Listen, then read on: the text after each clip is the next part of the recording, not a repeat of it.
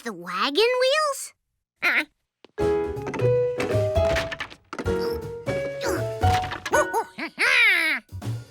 Oh, yeah! We should use the whole wagon!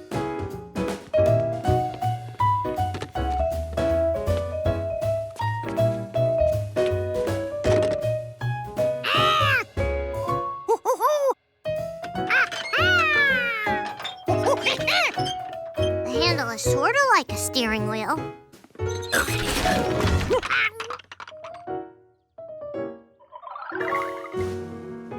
If you want to ride in a race, maybe your wheels shouldn't ride off without you. George needed a way to keep the two car parts together.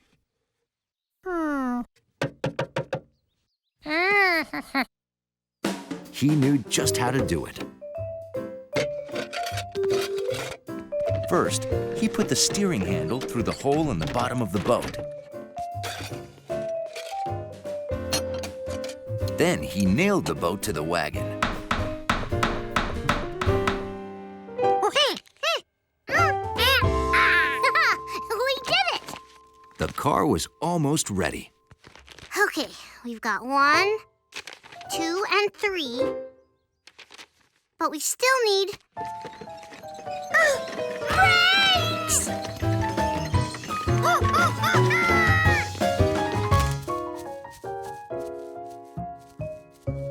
Oops. Phew.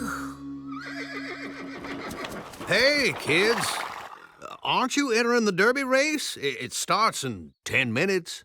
Oh, no! But we're missing a car part and we don't know where to find it. Well, I'd offer to help you, but, We know. No help allowed. well, if you see anything you need, you're welcome to it. Thanks, Grandpa. Whoa! I forgot to put on the brake. Did he say brake?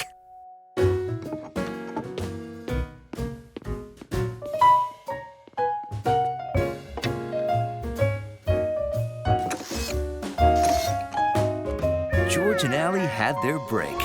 Well, it looks okay. We can test it on the way to the race.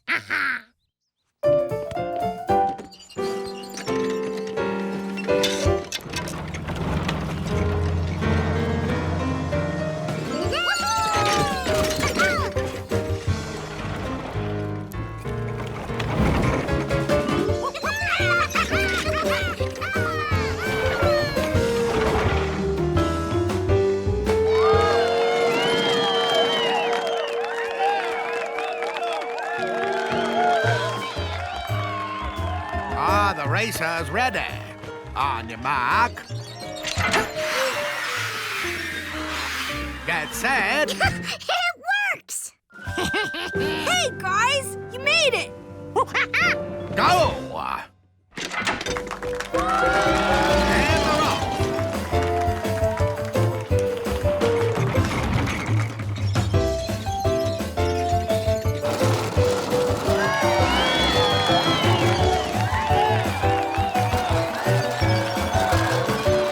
Gracious! That's my kayak! And that's my wagon. Go, George! That's my buggy.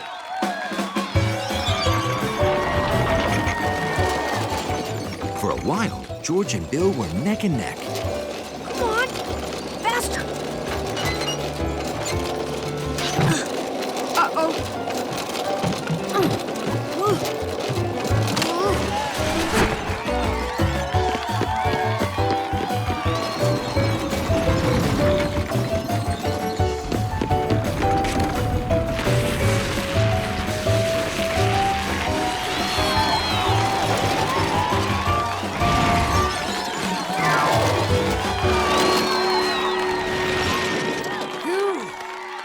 Now let's meet the winner, Farmer Rinkin's wagon. It was a rather unusual entry, but it met all the rules. George couldn't wait to get his cart back. Hey, George!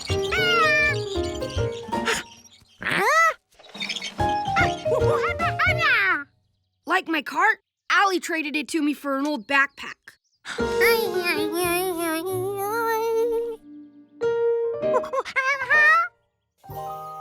You want to trade that pony for the cart? No thanks. I need this to help me carry stuff to the swap meet. A swap meet is where lots of people gather in a big space and trade stuff. You should come, it's fun. Who knows? You might find something I would swap the cart for. Annual swap meet tomorrow only. One person's junk is another person's treasure. Oh, this is great, George. I'll bring all the stuff I want to get rid of. Oh, no, that's the keep pile. That's the get rid of pile.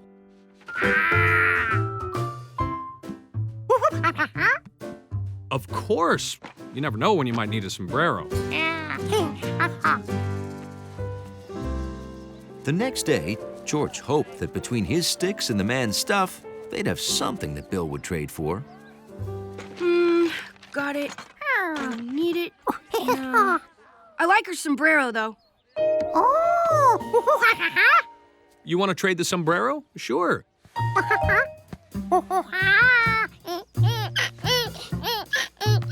You want the cart? It's a deal. Oh, wait. I just traded it to Mr. Quint. Don't worry. Maybe you can make a trade with Mr. Quint.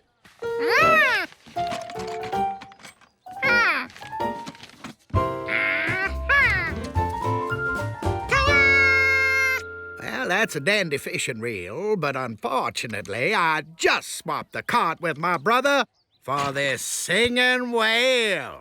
49 tons of krill on the wall, 49 tons of krill.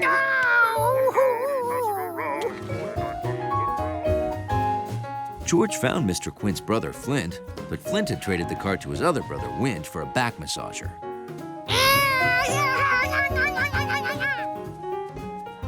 Wint had traded the cart to Mrs. Rankins for some soap on a rope. And Mrs. Rankins had traded the cart to Vicky. Sorry, George. I just traded the cart to some people from the city.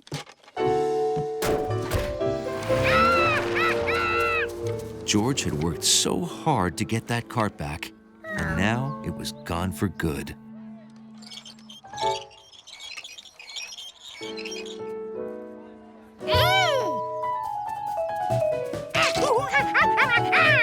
There's nothing here that I want. See, I'm an artist. I work with wood, and what I'm looking for are unusual sticks.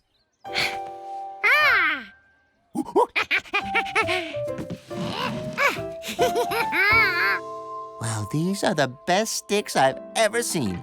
Thank you.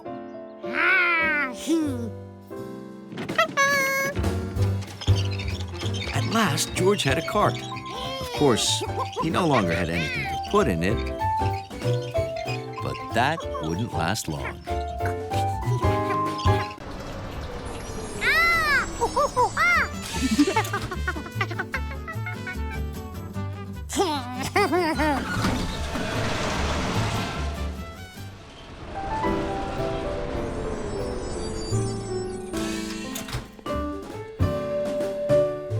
Wait a minute.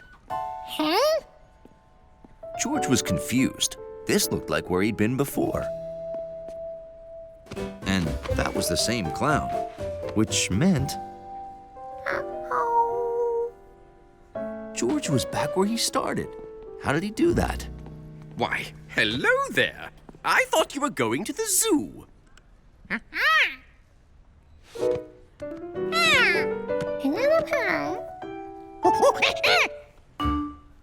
I see. You must have gotten on the downtown train by mistake. You see, there are two tracks. The track with the up arrow goes uptown to the zoo, and the track with the down arrow goes downtown to Fisherman's Wharf. So, to get to the zoo... Up arrow, precisely. Good luck.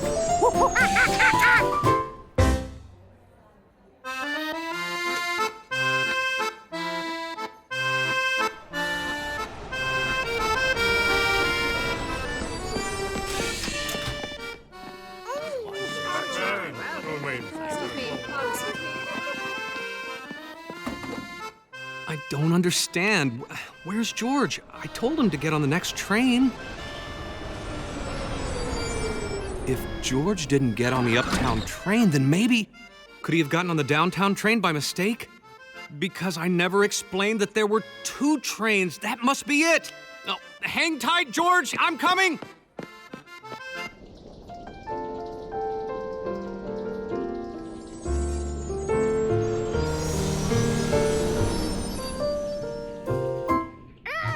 What? George, hold on. Stay on the train and go to the zoo.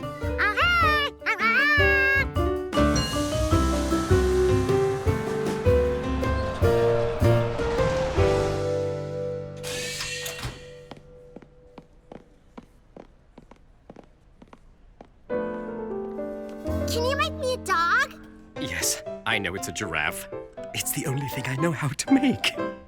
Your attention, please. Due to mechanical difficulties, there will be a 1-hour delay on the Uptown line. 1 hour? Oh, that's it. Subway's out. Running's in. See you, Reginald. Cheerio! George loved riding on the subway, but he also couldn't wait to see a dragon?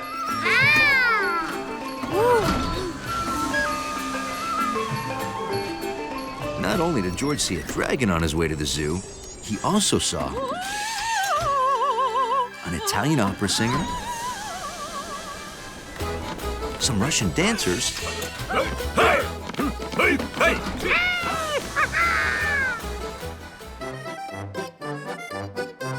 and a Swiss yodeler.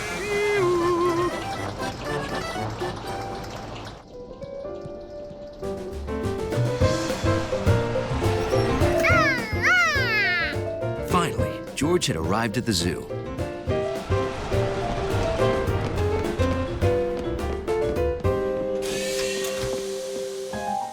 Oh, no.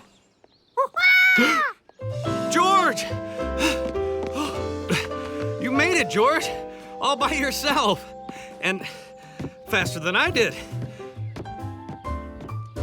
Now, let's hurry and get over to the zoo because I think they... Close at 4 p.m. Sorry. Oh, but it took us all day to get here, and we really wanted to see the Komodo dragon. Isn't there anything you can do? Well, nothing wrong with a monkey in a zoo, I suppose. Thank you. So why did it take you all day to get here? It's a long story. Ah, well, little advice. Next time, take the subway. It's faster.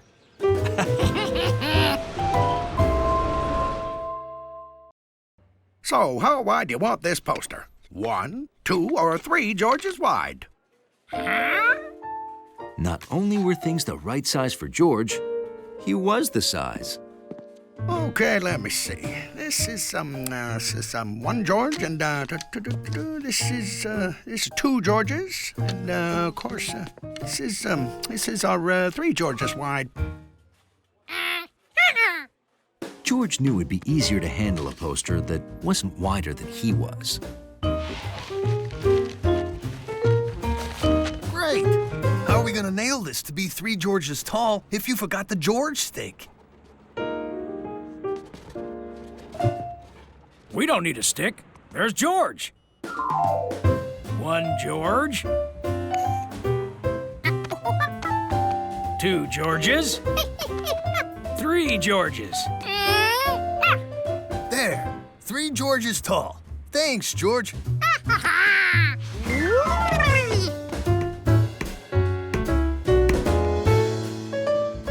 Pick a cake, any cake. You know, a 1 George arm size is perfect for the average freezer.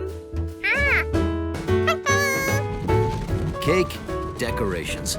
It was all so easy with George measurements.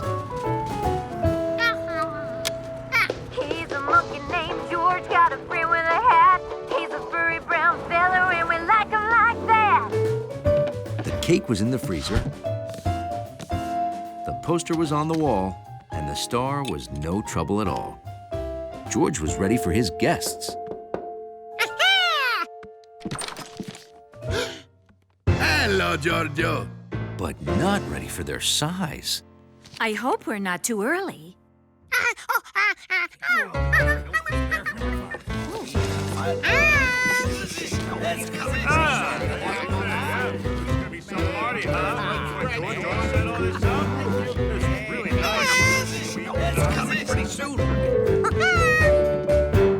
I see you've got a 2 Georges tall apartment and furniture to match. Very unique. Hey, he's coming!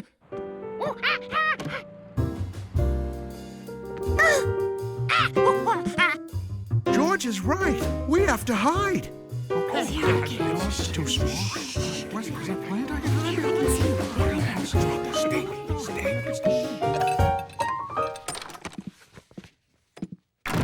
Hi, everybody. A party? For me? Oh, gee, thanks. Sorry. Oh, me too. How about some music? A George-sized apartment was fine for little monkeys, but not at all good for people-sized people.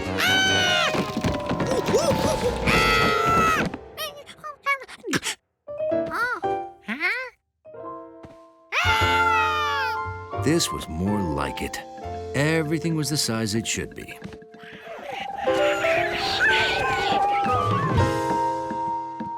Except maybe the cake. 6 o'clock. Only an hour left. And George had to start over. George wanted to get the sizes right, so he decided to measure everything first.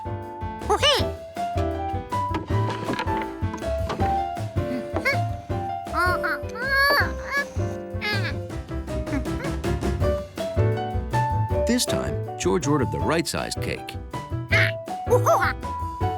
And poster. And chose a better ladder. George, are you home? What is this? To celebrate my birthday? Oh, wow. All my friends and my plumber, my dentist, my barber? They were in your address book. George put everything together. He did? Oh, thank you, George. Maybe it wasn't so bad being a little monkey in a big world after all. And there was one thing his arms were always the right size for.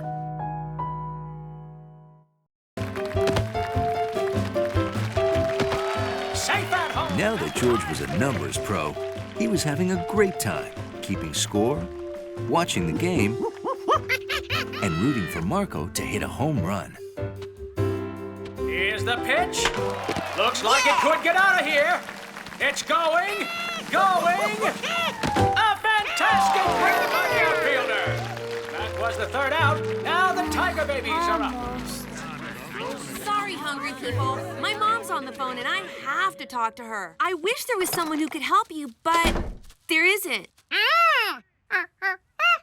Really? You can help? Awesome! But first I have to see if you're qualified. It fits! You got the job. Good news, people. This very nice monkey is taking my place. I just served customer number 7, so 8 is next. Hey, Mom, what's up? After 7 comes 8, then 9, then 10. This was going to be easy.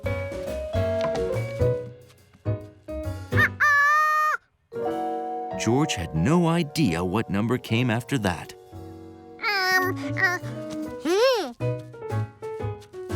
Excuse me, I'm number 16. I should get my drink before 17 gets his pretzel. Hold on! You can't serve 16 before you serve 14. What about 13, monkey? 12 comes before 13. 11 is next. Calm down, people. What's the problem? He's serving us out of order. Seriously?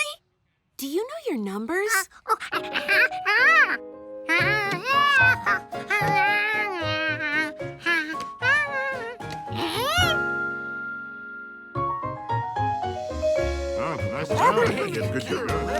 Cool. So what comes after 10? Well, I'll show you. It's easy.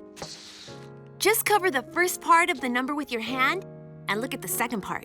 See? 1, 2. So 11, then 12.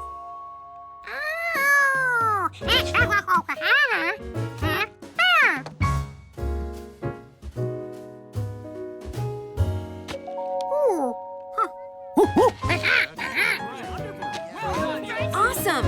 Do you want me to take over? As fun as it was to hand out popcorn, George was eager to get back to the game. Hey, kid, where you been? Oh, never mind that. It's clutch time. It's the last inning, bottom of the ninth. The score is tied 4-4. There are 2 outs, and Marco's up to bat. But he hurt his foot playing shortstop, and now he can't run. Can you run the bases for him? Huh? So if I hit the ball, will you run for me? Thanks, kid. Let's go! This is it, folks. After 2 scoreless innings, it's the Cubby Bears' last chance to break the tie. Wish me luck, George. Strike 1. Strike 2. Just a reminder, folks. 3 strikes and you're out.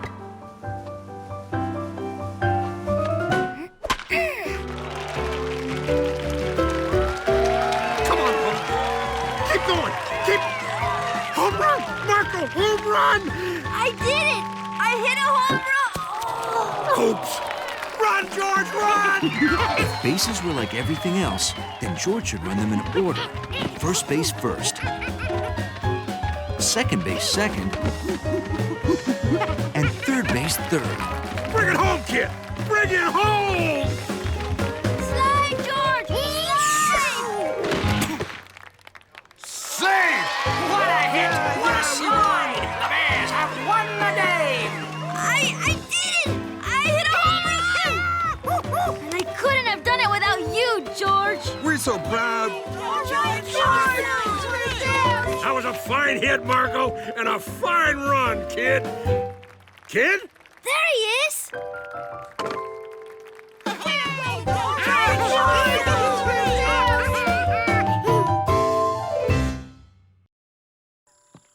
A bunch of dugongs were sighted off the coast. Dugongs are Australian sea cows. Come on, let's go, George. Cows that swam in the sea? That did sound cool, but a giant clown rabbit sounded even cooler. You want to stay here? Are you sure? Okay. Oh, wait. Better leave my hat here, since you won't be around to get it back for me. Bye, George. Be a good little monkey. Now to find that giant rabbit.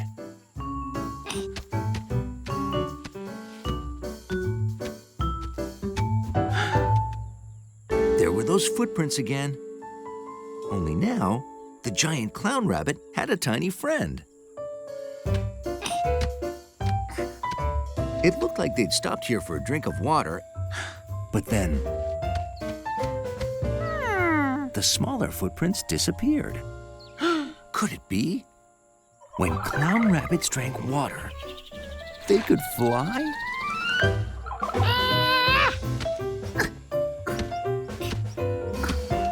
The little one had landed again.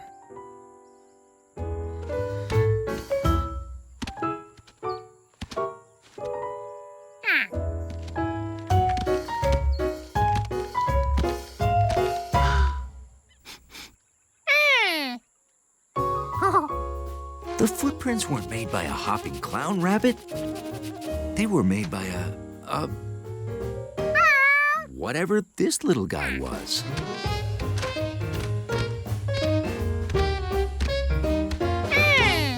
They had hopped around so much, they were back at camp. Hopping sure made a monkey thirsty.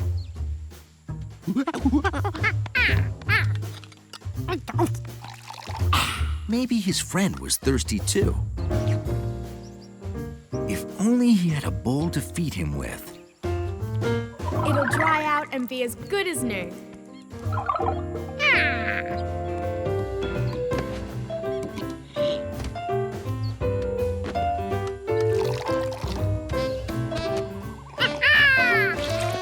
George's new friend looked cute in the man's hat, but he couldn't keep it.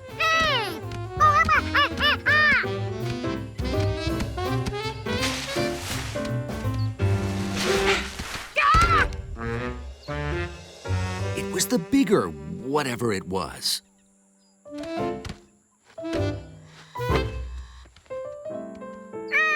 His small friend couldn't fly.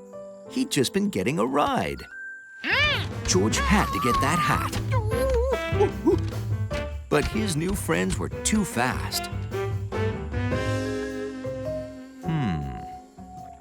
They were pretty still when they were drinking.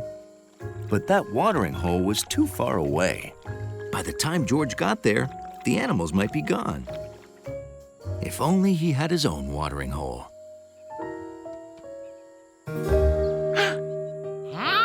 And then George realized he did.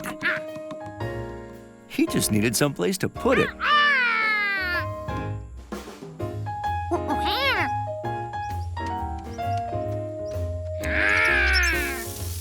And a lot of water to put into it. He hoped his friends were thirsty.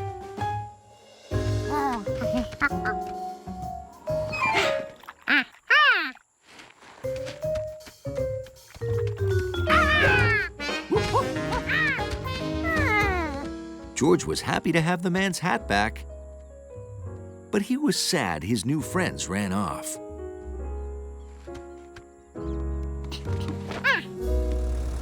George, you won't believe it. Sea cows are amazing. You want to see? Sea cow? That didn't look anything like a cow. George, what happened to the rain cover on the tent?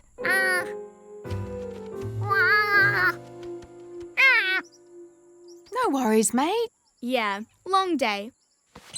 I could use a nice bath. There you go.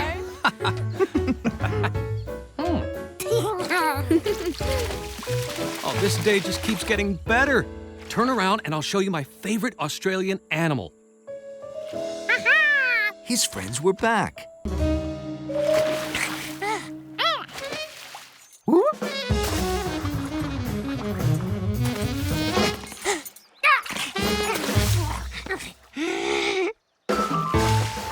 Also, otters could hold their breath for a long time.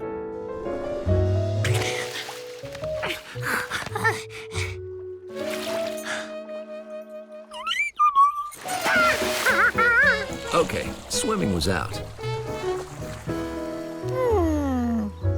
But George had a lot of other tricks up his furry sleeve. Otters might be fast in the water, but monkeys were fast on land. George just had to get the otter out of the water. But how? What did otters like?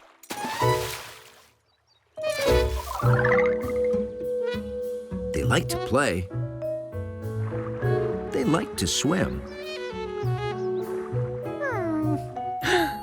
They liked keys. But why did they like keys? It's not like otters could drive a boat.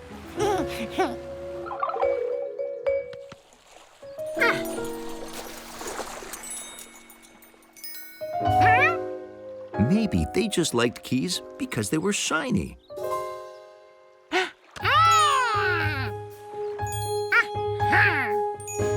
George had the beginnings of a brilliant monkey plan.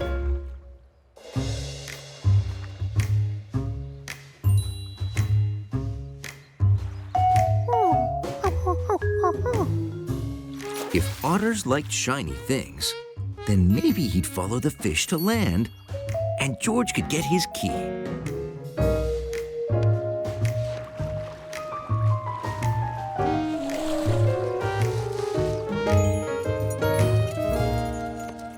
He did like shiny things. This was working better than George had hoped. But the otter was pretty fast on land, too. And now he had George's fish fob. Not only were otters fast in water and on land, but they had really great hiding places. And then George remembered. He must live around here. They usually have homes called dens along the shore. Maybe that was the otter's home.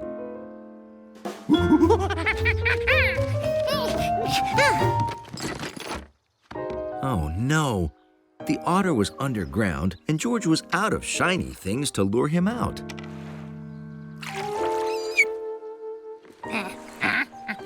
His only chance of getting that key was to find something else the otter might want.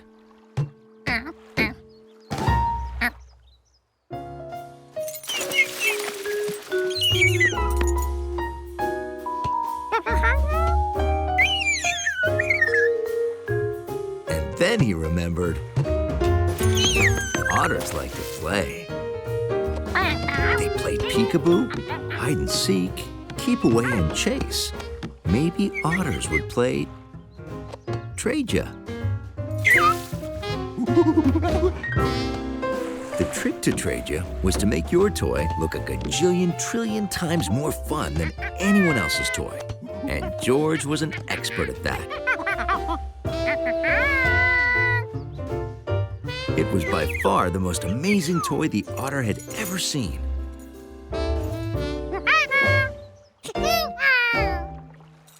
The otter hated to give up his shiny key, but the ball was more fun.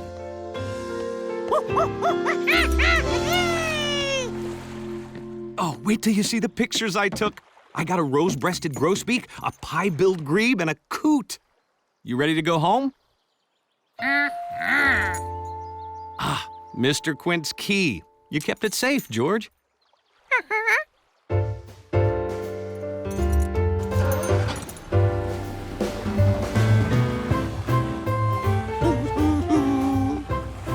The otter loved both his new toys, and he didn't miss the key at all. Especially since his dad had 4 just like it.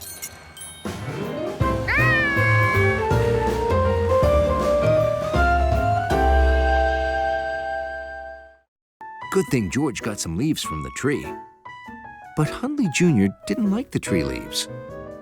He only liked the leaves from the flowers. Hundley understood. He only liked one kind of dog food. He and Hundley Jr. were exactly alike. And then something strange happened. Hundley Jr. dangled down off a stick and stopped moving.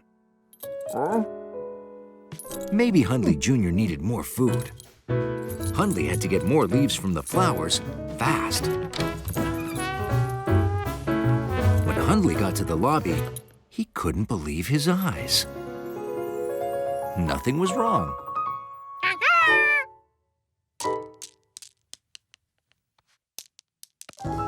George couldn't believe his eyes either. Hundley was dirty and smelled like trash. Hundley needed that food, but George didn't want a dirty dog in his clean lobby.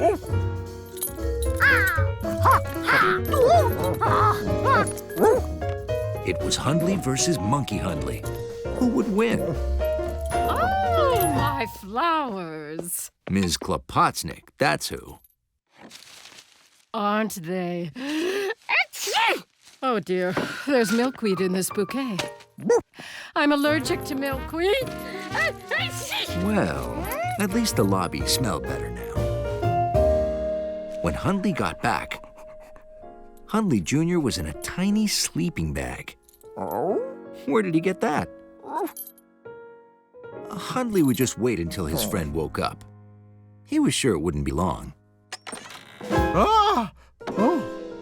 Okay, there's trash all over the floor. George is in the lobby, and you're watching a stick? I'm taking your temperature, Hundley.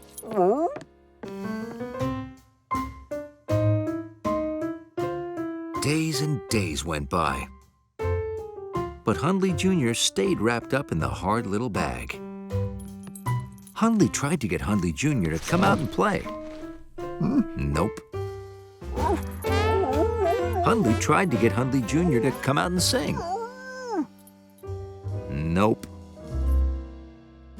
Meanwhile, George kept watching the lobby in the mornings while the doorman was at his class. He did a good job. Most of the time. 2 weeks later, the doorman was back to work in the morning. Bye, George.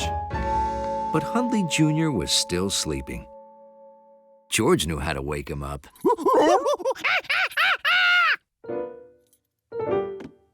It looked like their friend would sleep forever. But then the sleeping bag opened, and out came a butterfly? Where did Hundley Jr. go? It was empty. But that must mean the butterfly was Hundley Jr. No wonder he'd been so sleepy. It took a lot of work to grow wings. Their little friend had grown up. Puppies turned into dogs, baby monkeys turned into bigger monkeys, and caterpillars turned into butterflies. Hundley was happy his friend was awake.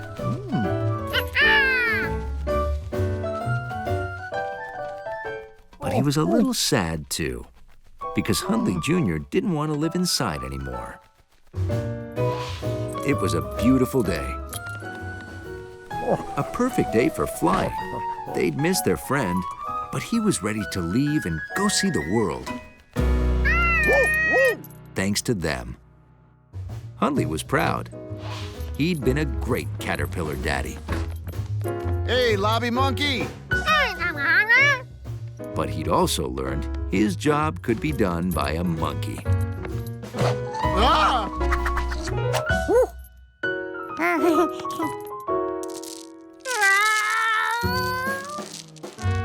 Hundley still did it better, though.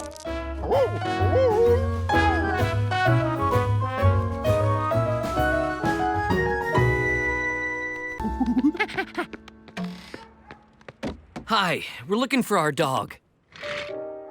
Hang on just 1 second, please. Nope. Still a monkey. And a fireman. Together. How can I help you? My dog is here. You just brought him in. Ah, come on back.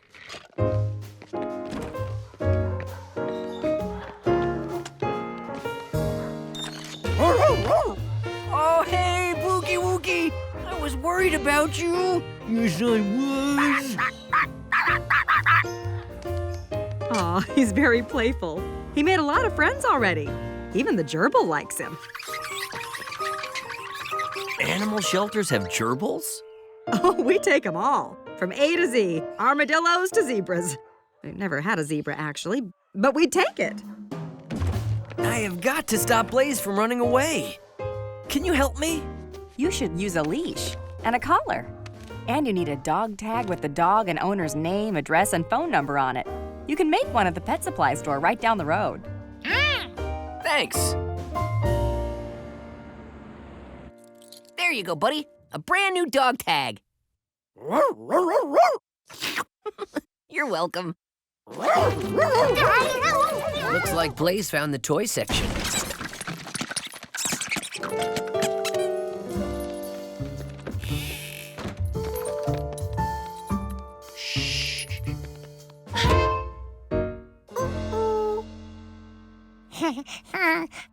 If Blaze keeps running away, we're gonna need a new fire dog.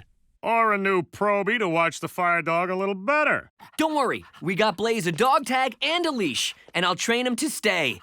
He'll never get out again, I promise. Sounds good, Sam. But right now, it's time for your training. You've got a big test tomorrow. Great. Let's go. It had been a long day of dog chasing, but now George could finally relax. Was that Blaze? Nah, couldn't be. Blaze! Blaze! George couldn't believe it. Blaze was more trouble than a monkey. He's too fast, and we're too tired.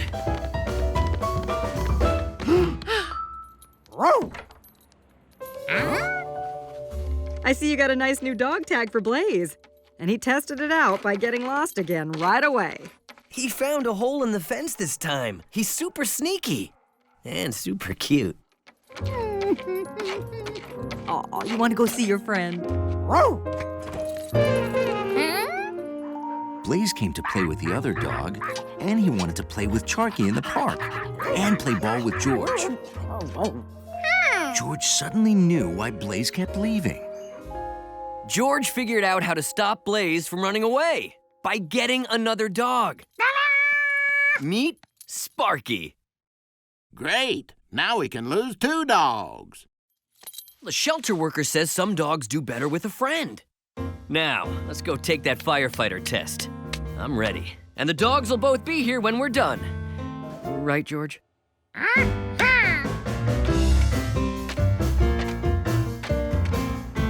That's right.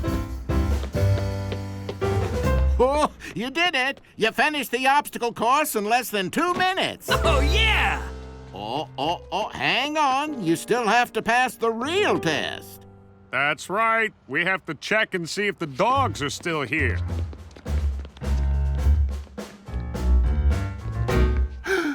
Oh, no. Blaze and Sparky are gone. Oh, no. They could be miles away by now. I'm sorry, guys. It was sure nice working with you. What? Never mind. Congratulations, Proby Sam. And now you're firefighter Sam.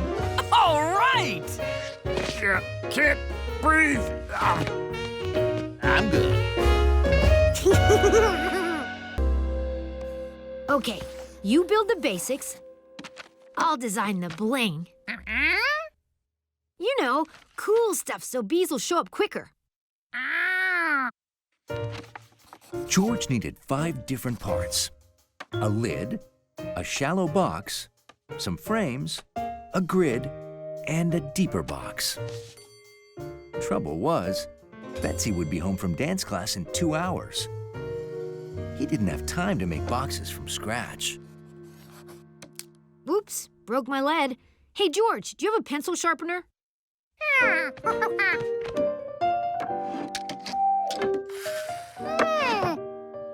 And then George realized he didn't need to build boxes. The apartment was full of them. They were called drawers.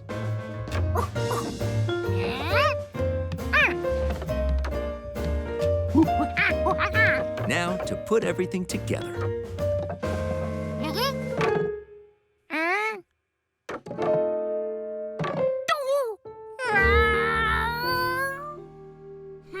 Too bad you don't have a bunch of drawers that fit together. Maybe I should make a model of the beehive. Do you have any scissors?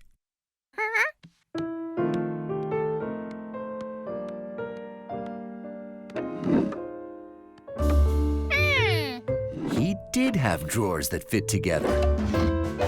And they came with their own lid. Kitchen cabinets were practically a one-stop shopping spot for beehive parts.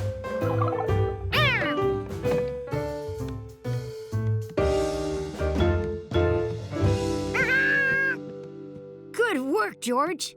What do we use for frames? That was a good question.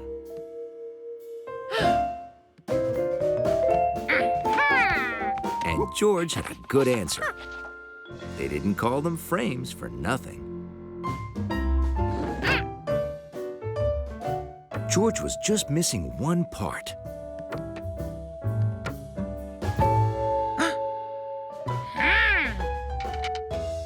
But not for long.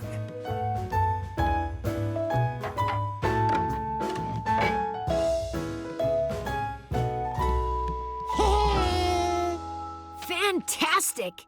Now let's put in my improvements. Indoor swimming pool, bowling alley, game room, moon bounce, golf course, movie theater.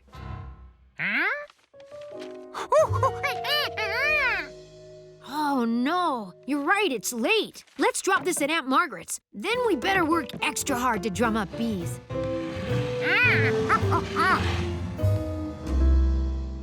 Okay, George.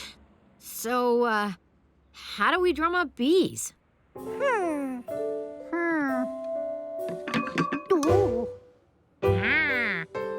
Betsy said bees go from flower to flower.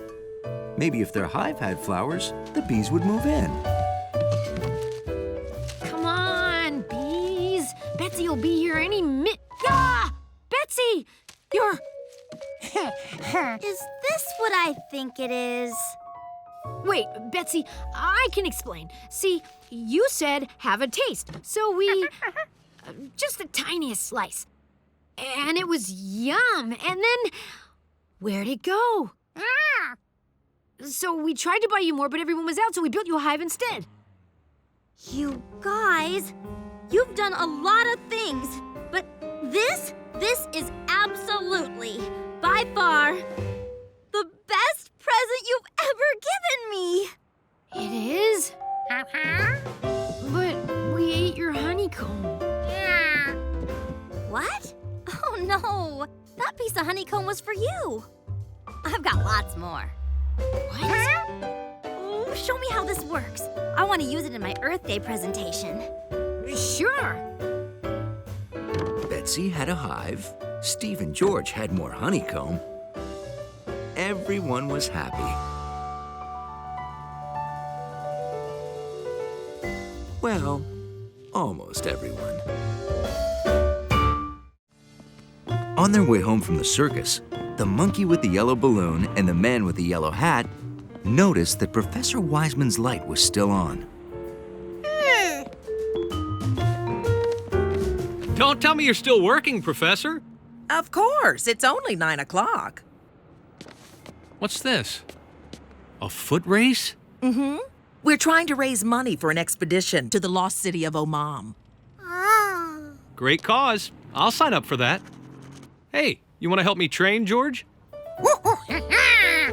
Great. What about you, Professor? Are you going to run?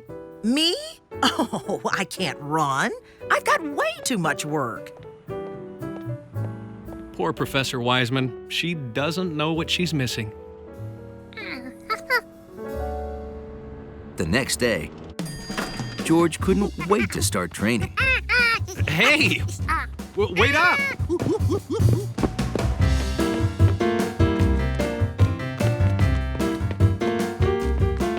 Stop! I need help! This was strange. The professor who said she couldn't run was running. Oh, terrible, absolute disaster! What, did the T-Rex collapse? Oh, worse. Anonymous donors. They won't contribute to the expedition unless I run the race.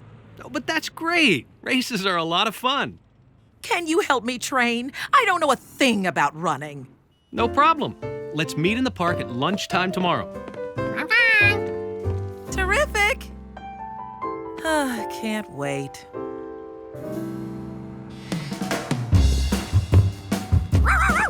No, Sharky, look out!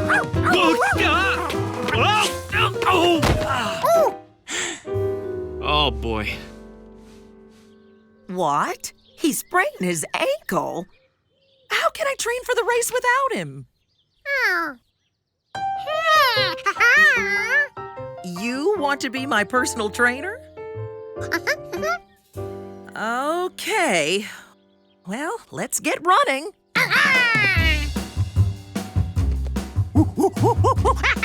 Hey, wait for me! George thought that to be a trainer, all he had to do was run, and Professor Wiseman would follow. Simple.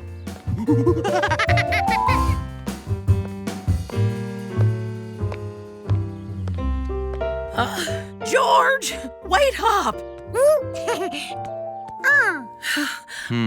Maybe not so simple. Oh, I'm so thirsty. Do you have any water?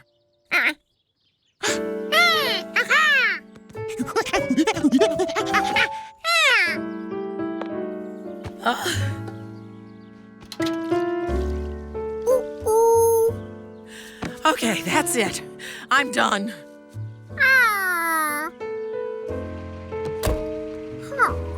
Sorry, George. I'm too tired to run anymore. We can try again tomorrow. George's first day as a trainer had not gone well. Hi, George. Professor Wiseman called. She said you tried to help her train for the race. Well, don't give up. I think it's a great idea. And I found something that might help. It's an old training video I used to watch called Run for Your Life.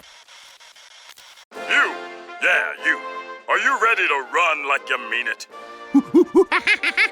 You might want to take notes. Tip number 1. Before you hit the road, you gotta get graceful. You gotta stretch those muscles.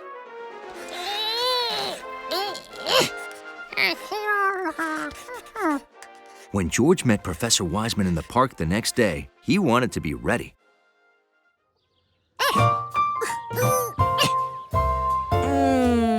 Stretching does feel good. Okay, what's next, George?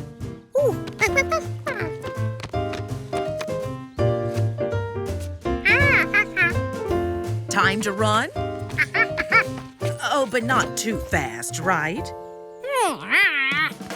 All right then, let's go.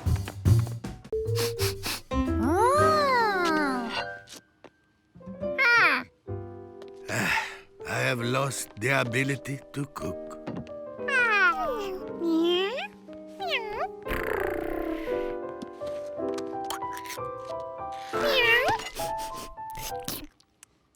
Oh, my cooking is worse than the cat food.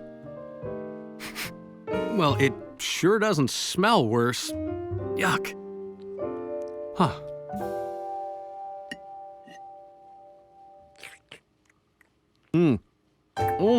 And it certainly doesn't taste worse. Not that I've ever tasted cat food.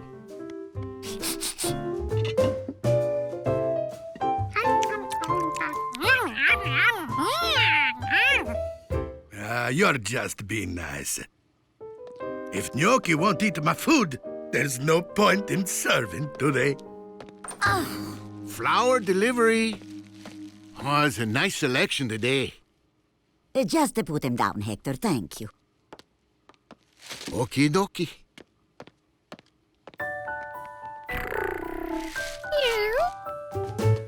No. No chewing under the flowers today. We just started using a florist. Gnocchi thinks the flowers are snacks for her. You might as well let her eat flowers. She won't eat my food. I will talk to Chef. This is what comes of letting a cat make cooking decisions. George wondered why Gnocchi wouldn't eat the chef's cooking when it was clearly delicious. Maybe tomorrow would be better. Or maybe not. I'm guessing this means no ravioli for anybody? There is no hope. We will have to close the restaurant. I'm gonna retire and take up ice sculpture. Chef, Oh, no, you have to stay with the food. Closing the restaurant would be a disaster. Where would the chef and Nettie go? How would George get ravioli? George needed to find out why Gnocchi had stopped eating the chef's food. She must be doing something different. George would watch her and see what she was up to.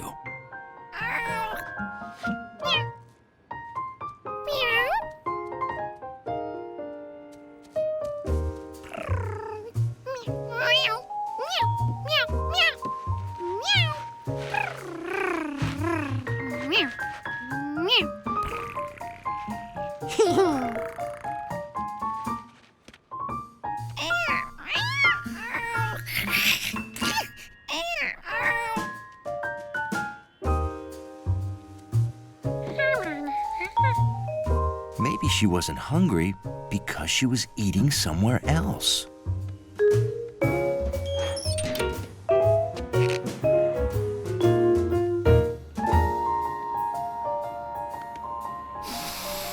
George could smell the delicious sausages,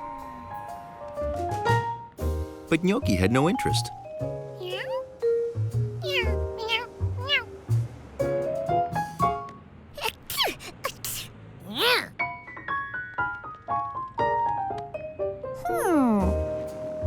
So it wasn't just the chef's food that didn't interest her. You're a monkey, George. You're just not used to kindergarten. George wanted to be a monkey who was good at kindergarten. What could he do? Now, castles weren't just for kings and queens. Butlers, maids, cooks, and carpenters lived in them too. Lots of people lived in castles. I've always thought it would be fun to live in a castle, high on a hill overlooking the ocean. In fact, I would like each of you to draw a castle that you would like to live in. Yes, Allie? What if we would rather live in a submarine? Then you draw a submarine. Now I have to go talk to the janitor. I'll be right outside if you need me.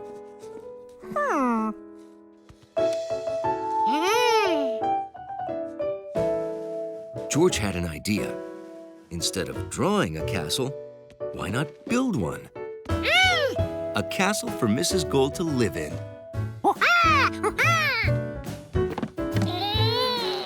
What you doing, George? What's he doing? George, Oh, you want to build a castle for Mrs. Gold? Yay! Let's go!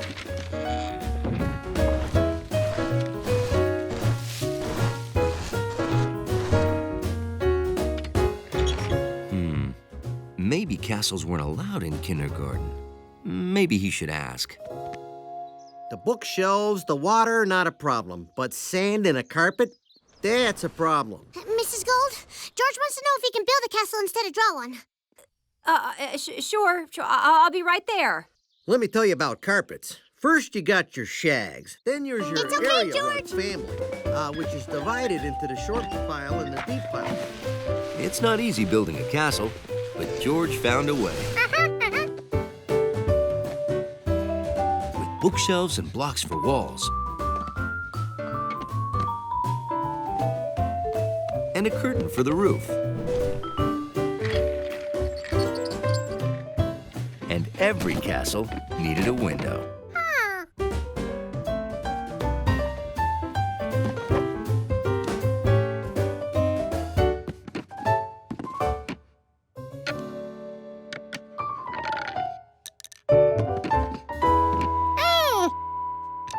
George's school tool made a great construction level. At last, the castle was ready. All it needed was a tree. Yes, well, thank you. That was most informative. I'm sure it will look... Oh, my! It was George's idea, but we helped. When you said a castle, you meant a castle. Oh, this is wonderful. It's amazing what you can do when you use your imagination and work together and have a monkey to help you. Yay for George! Yay for George! It was good being a guest monkey, but it was also good being a plain old regular monkey on his way home.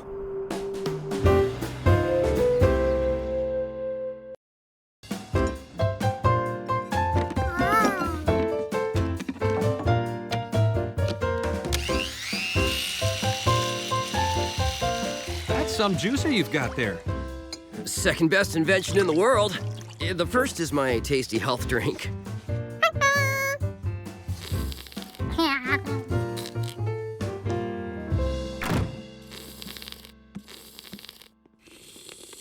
I know these are delicious, but we should save the rest for later, George.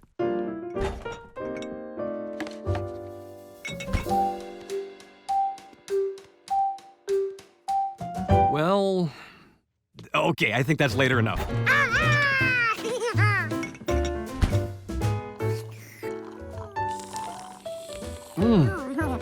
Boy, that was tasty. Are you thinking what I'm thinking? Huh. Right, let's go.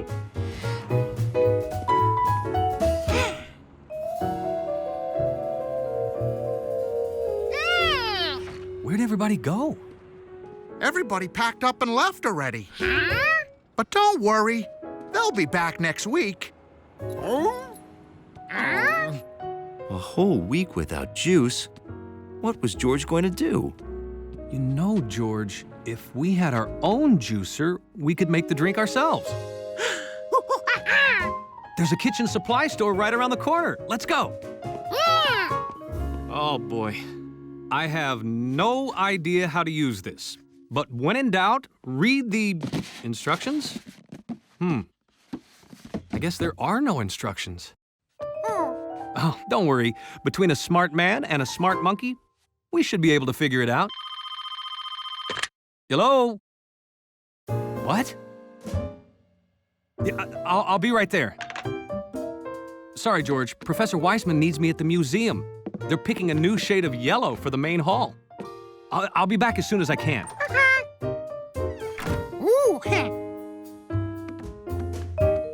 George figured a smart monkey all by himself should be able to work this thing.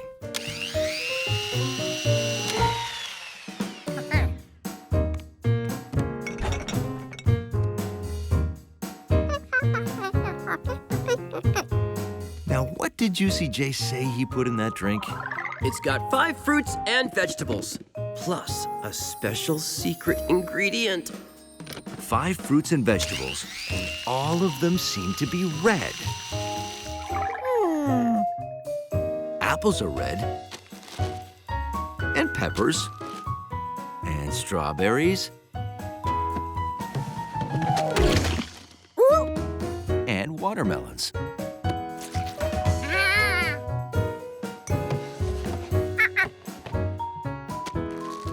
George didn't know what cabbage was, but it was the last red thing in the fridge. 5 red things. Now all George needed was a special ingredient.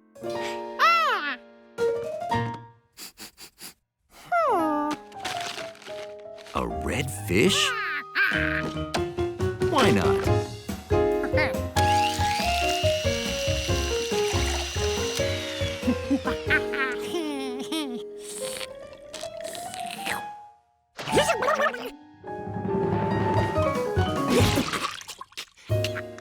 Okay, so maybe raw fish is not a special juice ingredient.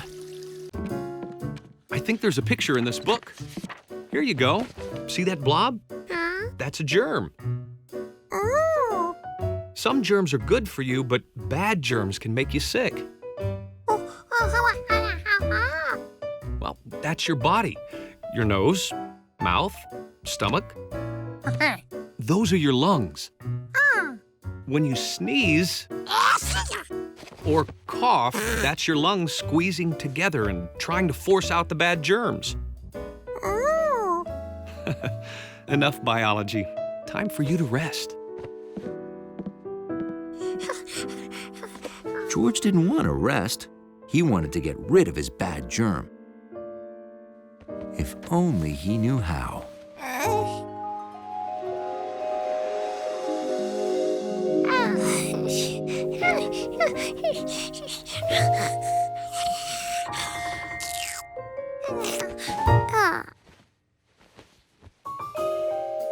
George saw a face. A face he had seen before. In the mirror. It was him.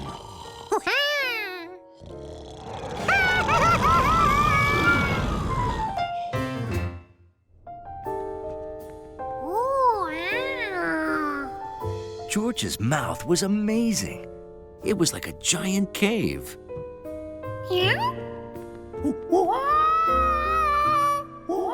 A cave with an echo. A squishy floor, which was actually his tongue. And best of all, a spaceship. George could find that bad germ and get rid of it. Just as soon as he figured out how to work that spaceship.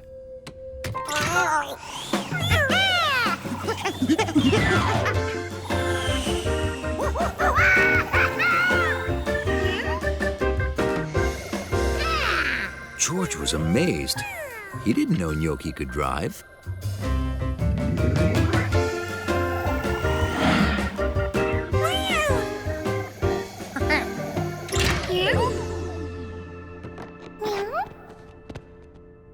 George knew they were somewhere above his mouth, but where? Fortunately, Gnocchi had discovered a helpful sign. They were in George's nose.